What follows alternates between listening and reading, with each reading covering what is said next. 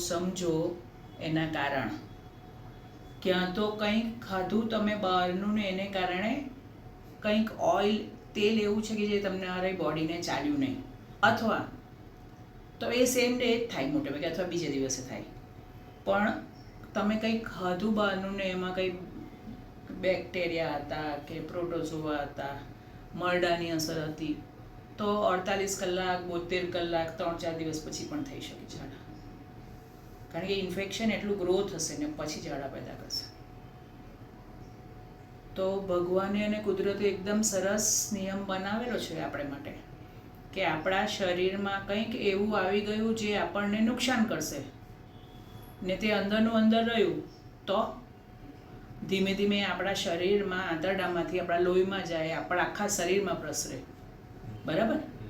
જ્યારે ડાયરિયા થાય, ઝાડા થાય, એ શું કરે?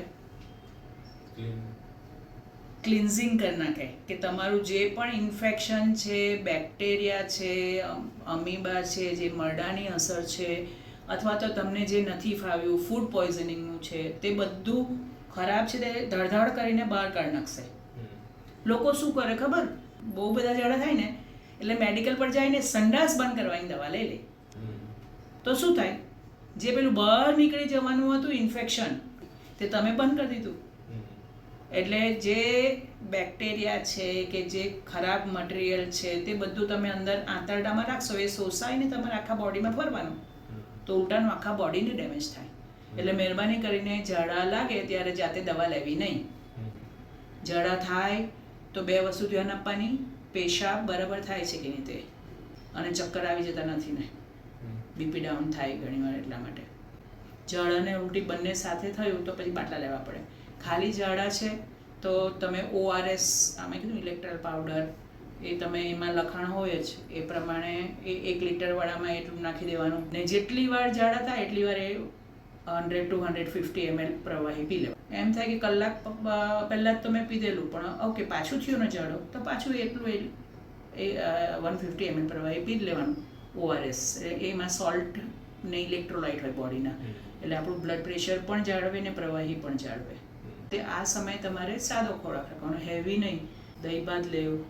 દહીંમાં શું હોય? લેક્ટોબેસિલાઈ હોય. લેક્ટોબેસિલાઈ શું છે? એક પ્રકારના બેક્ટેરિયા કે જે તમને આંતરડામાંથી ખરાબ બેક્ટેરિયાની સાથે સાથે સારા બેક્ટેરિયા પણ ધોવાઈ જાય ઘણી વાર ધડધડ ઝાડા થાય તો આ રિપ્લેસ કરે તમારા નોર્મલ બેક્ટેરિયા. ફ્રૂટ ખાઓ હલકા, તળેલું નહીં, નોનવેજ નહીં એટલા દિવસ. બરાબર? આટલું ધ્યાન આપશો ને તો જલ્દી સારું થઈ જશે. અને જો વધારે થાય, બીપી ડાઉન થાય, ચક્કર આવે, પેશાબ ઓછો થવા માંડે, એવું કોઈ બી થાય તો પછી મળી લેવાનું ડૉક્ટરને. ઘણીવાર તમને તો એવું લાગે કે ખાલી ઝાડા થયા, પણ એવું કહેવાય કે હિપેટાઇટિસ એ મોટે ભાગે આ પાણીપુરી ને લારીવાળાથી જ થતું હોય.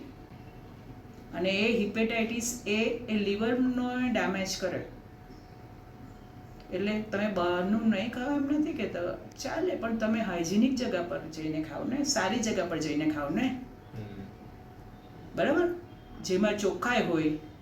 આપણી હેલ્થ વધારે મહત્વની છે. ખાવાનું શાના માટે ખાય? ટેસ્ટ માટે તો ખાઈએ, બરાબર છે, પણ પહેલું હેલ્થ માટે ખાઈએ છીએ, એટલું ધ્યાન આપજો. ઓકે?